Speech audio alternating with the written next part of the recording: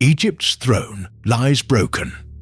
The Nile's rhythm falters, pharaohs fall, provinces rebel, and in the south, Nubia begins to breathe free.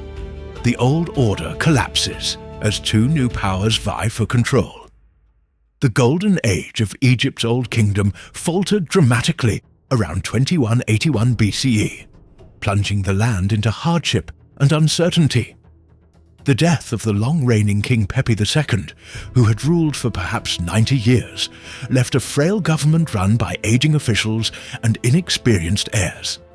Power that once radiated from the pharaoh's court at Memphis began to diffuse into the provinces as local nomarchs grew increasingly hereditary, autonomous, and unbound from taxation. By Pepi's twilight years, the royal treasury could barely uphold the burden of maintaining pyramid temples and feeding the court. At the same time, nature itself turned against the old kingdom. A period of climatic decline around 2200 BCE, part of the global 4.2 kiloyear event, brought lower Nile floods and poor harvests. Crops failed, and famine took hold in some regions. Later, Egyptian writings paint a haunting picture of these times. In a nomarch's tomb inscription, it was said that Upper Egypt was dying of hunger. Every man was eating his children. Temples ran short of offerings, provincial granaries emptied, and order gave way to chaos. Later legend, preserved by the historian Manetho, claimed that after Pepi, 70 kings reigned for 70 days. An exaggerated but telling metaphor for political turmoil at Memphis. In reality, a series of ephemeral pharaohs of the 7th and 8th dynasties briefly tried to hold the throne. Their names are obscure, and their reigns left almost no monuments. The grand royal pyramids and sun temples ceased. The royal court itself was likely paralyzed by infighting and resource scarcity. Kingship had become a feeble mockery of what it once was. For those who don't know, our channel tries to share history from all over the world, but have never done ad reads or spoken to advertisers. All we ask is to subscribe if you enjoy these historical journeys, and if possible, consider becoming a member, and we can finish this project together. In the vacuum of royal power, Egypt's unity disintegrated. Ambitious regional lords established themselves as kings in their own domains, inaugurating what later scholars call the First Intermediate Period. Chief among these were two rival dynasties that emerged, effectively dividing the country in two. In the north, just south of the Fayum oasis in Middle Egypt, lay the city of Herakleopolis Magna, called Nen-Nesut by the Egyptians. There, a line of rulers from Dynasty 9 and 10 seized power and claimed the legacy of the pharaohs. These Herakleopolitan kings controlled Lower Egypt and parts of Middle Egypt by wielding influence over the rich Nile Valley and Fayum's fertile lands. Later tales characterize the founder, King Khety, as a tyrant who caused much harm before meeting a bizarre end, being seized with madness and killed by a crocodile. This may be folklore, but it hints that even centuries later, Egyptians remembered the Herakleopolitan era as one of rough, impious rulers. Nonetheless, the Herakleopolitan dynasty brought a measure of stability to the north from their capital at Herakleopolis. They revived administration there and formed alliances with key nobles in nearby nomes. But far to the south in Upper Egypt, another power was rising simultaneously.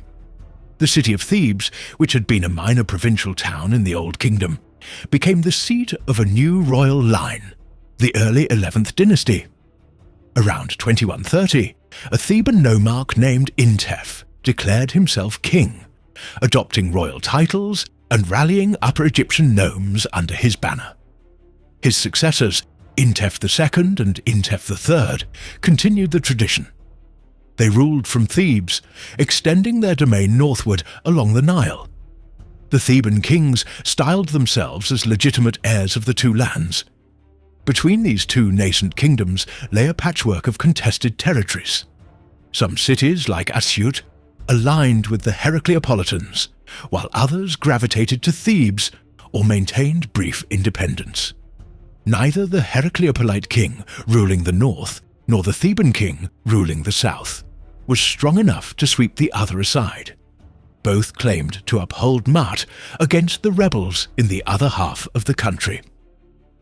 Egypt had not known such division since its unification centuries earlier, and this climate set the stage for inevitable confrontation. As decades passed, the nomes of Middle Egypt became the front line, around Abydos and Thinis, Nome 8, up to Asyut, Nome 13. Asyut in particular, with its fortress-like high ground and command of caravan roads, was of great strategic importance. The governors of Asyut were loyal vassals of Herakleopolis and staunchly defended the north's southern flank. Their grand rock-cut tombs in Asyut's cliffs provide vivid testimony of this struggle. Carved autobiographies recount the great struggle of the Asyut and Herakleopolitan troops against the Thebans. The tomb of Khety II, a nomarch of Asyut loyal to the Herakleopolitan kings, describes how he defended his province against disorder and expelled the rebels, possibly a reference to Theban aggression during Egypt's civil war. This seesaw of fortunes likely occurred during the reign of the northern king Merikare, suggesting the civil war raged even as late as the final generation of the Herakleopolitan line. From the Theban perspective, King Intef II led several campaigns northward, determined to break the stalemate. The Theban army, composed of levied soldiers from southern nomes and possibly Nubian mercenaries, clashed repeatedly with the forces of Asyut. Intef III continued Theban rule as the northern kings pressed the offensive. It is recorded that the Herakleopolitan kings conquered Thinis, including Abydos, desecrating the sacred royal necropolis. By this time, Mentuhotep II, the greatest of the Theban kings, sent his armies to reclaim the territory. And in the end, Thebes' momentum was not to be halted, and they advanced on Asyut, aiming to capture all of Lower Egypt. Mentuhotep dealt a crushing blow. Asyut fell to the Thebans, its long line of loyalist nomarchs extinguished as the city was occupied by Mentuhotep's forces. With the fall of Asyut, the road to the north lay open. Mentuhotep then turned his attention to Herakleopolis itself, the heart of his rival's power. Details of the final campaign are sparse in contemporary sources, but later tradition holds that the Thebans besieged Herakleopolis and defeated the last king of Dynasty 10, perhaps Merikare's successor. By around 2055 BCE, Egypt was finally reunified under the rule of Mentuhotep II. After decades of civil war, the country was again one, governed from Thebes. To cement his victory, Mentuhotep adopted grand titles and celebrated a said festival and the image of renewal. Thebes now stood ascendant. This triumph in year 39 of Mentuhotep's reign marks the end of the first intermediate period and the dawn of the Middle Kingdom. The Theban king built a unique mortuary complex at Deir el-Bahri to honor his achievement. A terraced temple and tomb where artwork depicted the defeat of his foes. Fittingly, Mentuhotep's own statues show him in the form of Osiris, god of resurrection, symbolizing that under his rule, Egypt itself had been reborn from the chaos of civil war. While kings and generals vied for the throne, ordinary Egyptians and local elites experienced profound social upheaval. The first intermediate period was not just a time of conflict. It was also an era of regional independence and innovation, born out of necessity. In some regions, especially during the early part of the period, famine and misery prevailed. A famous autobiographical inscription left by the nomarch Ankhtifi describes Upper Egypt in dire terms. Ankhtifi claims that during this calamity, he acted as a savior, opening his granaries, feeding his own people, and even those of neighboring nomes. He proudly notes that nobody died of hunger in this nome. These boasts of benevolence underscore how local governors stepped in to fill the void left by a faltering monarchy. Nomarchs organized food convoys, oversaw dredging of silted irrigation canals, and marshalled their communities through hard times.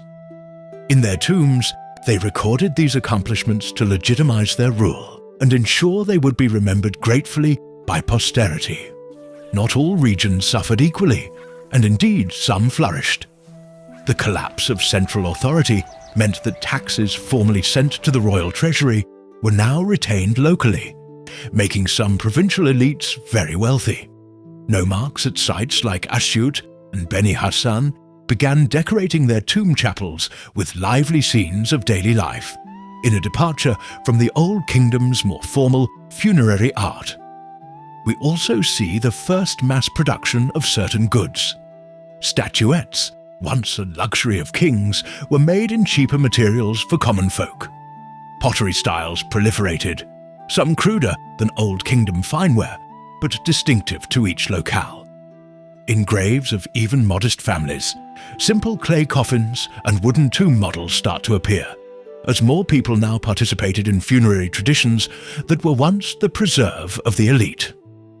A striking example is the proliferation of wooden models, of boats, granaries, workshops, and even armies, found in provincial tombs at the end of this period, as seen in the tomb of Meseti at Asyut, which contained rows of carved soldiers. These models reflect both the democratization of funerary customs and perhaps the anxieties of the age, including the need for personal security and food supply in the afterlife, recreated in miniature. Each nomarch kept troops to protect against both neighbors and foreign invaders. Border regions like Aswan and the Eastern Delta likely had to fend off increased raids by desert nomads during the weak central rule. Meanwhile, in the internal conflicts, some nomarchs earned renown as warriors. The tomb of Tefibi at Asyut records how he fought against the enemies of Herakleopolis and protected his city's independence until his dying day. The first intermediate period was also a time of inter-nomarch wars and shifting alliances, but this era forged resilient local communities and leaders who would, in the Middle Kingdom, become the backbone of a newly consolidated Egypt. Amid the political fragmentation, a quiet religious revolution was unfolding. The hardships and uncertainty of the first intermediate period spurred Egyptians to seek new spiritual assurances. The concept of the afterlife, once seen as the exclusive privilege of kings and royalty, became democratized and accessible to common people. In the Old Kingdom, pharaohs had pyramid chambers inscribed with sacred spells, the pyramid texts, to secure their passage to the next world. But during the intermediate period, as local elites grew in power, they appropriated these religious spells for themselves, writing versions of them on their coffins and tomb walls. These funerary inscriptions are known as the coffin texts. Now, not only the king, but any Egyptian who could afford a decorated coffin might hope to utter the words of power, to be reborn among the gods. Eternal life was no longer the monopoly of royalty.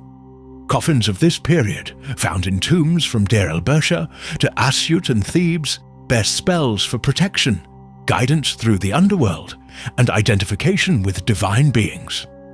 In many coffin text spells, the deceased is explicitly called the Osiris, equating every person in death with the god of resurrection.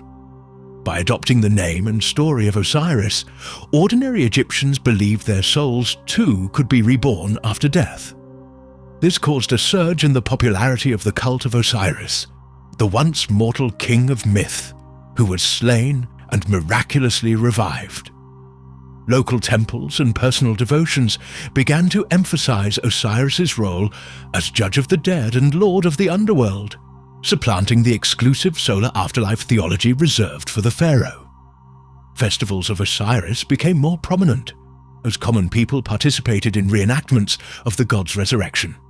Texts from slightly later in the 11th dynasty describe the lamentations of Isis and Nephthys being performed, a ritual in which two women personified Osiris's sisters to wail and resurrect the god.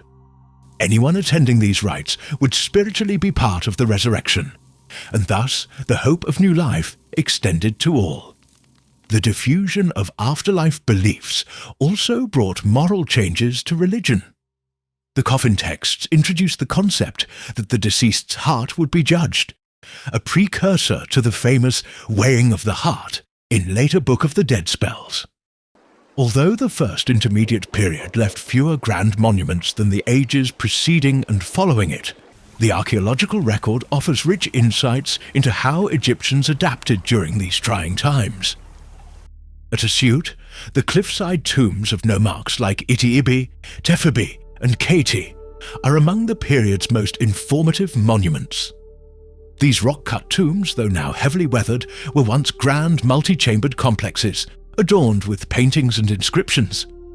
The tomb of Iti-ibi preserves rare battle scenes carved on its walls, depicting warriors in hand-to-hand combat.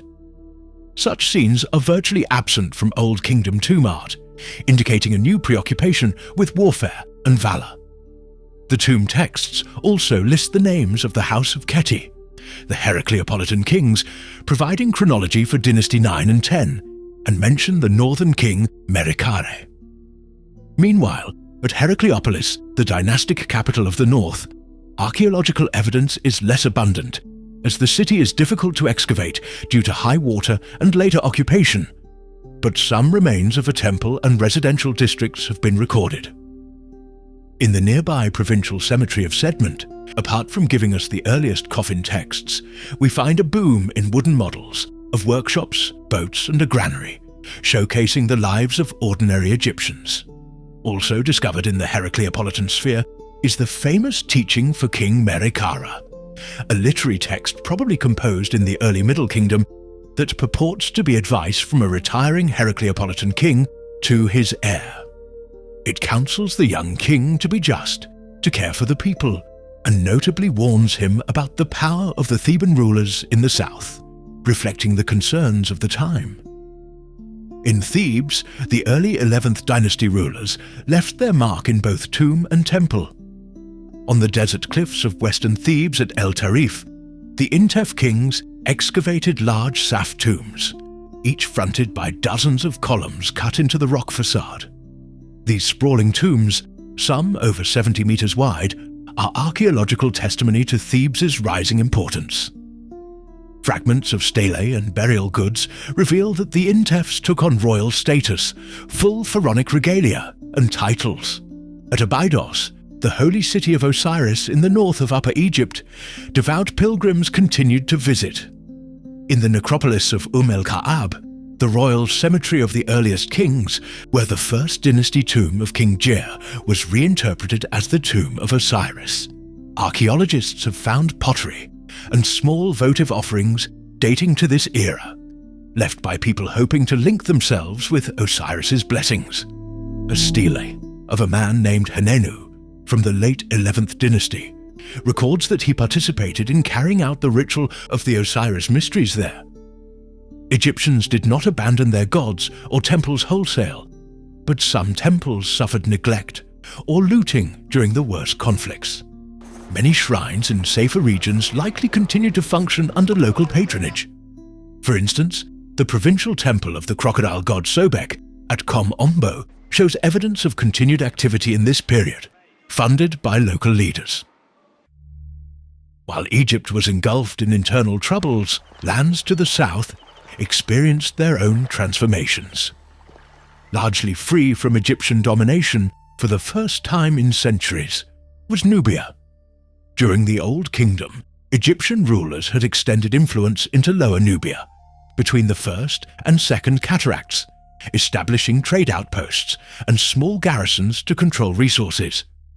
But with the collapse of the Egyptian central state, those outposts could no longer be supported.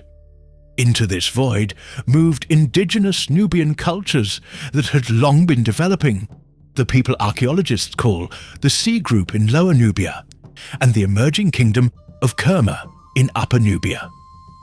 These groups got to develop peacefully beyond Egypt's southern border. The C-Group culture comprised the pastoral Nubian communities living between Aswan and the Second Cataract, occupying roughly the same region as the A-Group Nubians centuries earlier. The new waves of people, likely descendants of those earlier Nubian populations, and mixed with Saharan nomads, settled in Lower Nubia. They built distinctive round houses with stone foundations and buried their dead in small stone circle tumuli, low mounds ringed by stones. Cattle was of utmost importance in C-Group society. Cow ornaments and figurines are found in burials, linking them to African pastoralist traditions that valued cattle as signs of wealth and spiritual status. The C-Group's handmade pottery, decorated with incised geometric patterns filled with white paste, shows continuity with earlier Nubian ceramic styles, but also some originality. Many Nubians did enter Egyptian service as soldiers during this era, and Asyut tomb models depict Nubian mercenaries with dark skin and distinctive dress serving in the Egyptian military, likely as expert bowmen allied to whichever side hired them. Nubian mercenaries returned home with Egyptian goods as payment, and traders plied the Nile, exchanging Nubian gold and cattle for Egyptian manufactured items. Further south, in the heart of Upper Nubia, just above the Third Cataract, the city of Kerma was blossoming into the capital of a powerful Nubian kingdom, sometimes hailed as the first kingdom of sub-Saharan Africa. Early Kerma laid the foundations for what would become a formidable rival to Egypt in later centuries. The independence of Nubia would not last indefinitely, though, but the legacy of the first intermediate period in Nubia was that it had fostered a strong, distinct civilization at Kerma that even Egypt's armies could not easily subdue, evolving from a collection of tribal communities under Egypt's shadow into an independent cultural sphere with its own cities, gods and kings. The kingdoms and cultures that arose would continue to grow, and one day a Nubian dynasty would even sit on the throne of Egypt itself. By 2055 BCE, Mentuhotep II stood as the sole lord of a reunified Egypt, having vanquished the last of the Herakleopolitan line and quelled regional dissent. He and his successors would forge a new kingdom, an era of reconsolidation, renewed monumental building, and cultural flowering. The first intermediate period, often described as a dark age, in fact lit the spark of renewal that would illuminate the splendid Middle Kingdom to come.